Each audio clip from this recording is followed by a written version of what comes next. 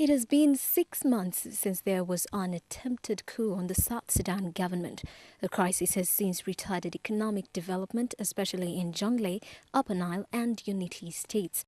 However, concerted efforts are in place to restore peace as evidenced in the inclusive National Dialogue for Peace and Reconciliation that South Sudan government launched.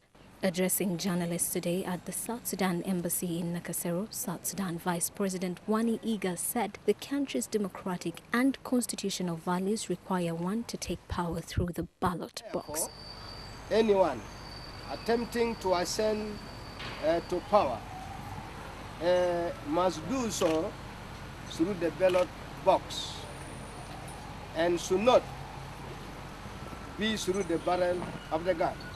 Our government has therefore taken the following steps. Given full support to the IGAD-led peace initiative.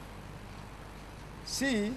Set up the Crisis Management Committee, CMC, and the Parliamentary Crisis Committee, PCC, to enlighten the population on the crisis and the need to restore peace and political stability in the country. He added that the rebels have to unconditionally lay down their arms and negotiate, even as he calls on the international community to support the efforts. A team from the National Dialogue for Peace and Reconciliation is touring the 4 IGAD countries to solicit for suggestions for conflict resolution from South Sudan nationals in the diaspora as well as government officials. Yesterday, my delegation and I met His Excellency President Yoweri Kaguta Museveni and other government dignitaries in separate meetings, and there are still more meetings scheduled with the authorities here. These mini dialogues are intended to culminate in a national reconciliation and healing conference.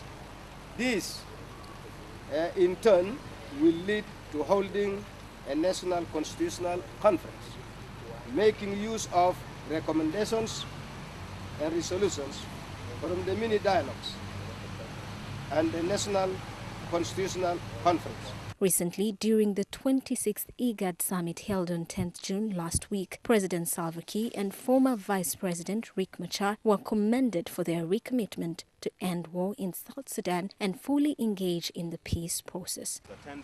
Rhoda Ngonzi for UBC. President of the Republic of Uganda, His Excellency